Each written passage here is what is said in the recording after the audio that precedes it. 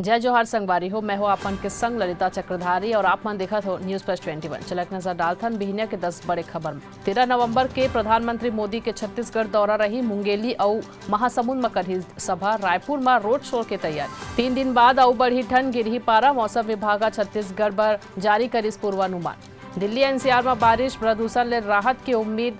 प्रदूषण पर supreme court में आज हुई सुनवाई। तेलंगाना में बीजेपी जारी करिस उम्मीदवार के 5वां लिस्ट, 14 कैंडिडेट्स के नाम। मुंबई के बांद्रा में टोल प्लाजा में खड़े 6 गाड़ी ले टकराई तेज रफ्तार कार, 12 लोगन घायल।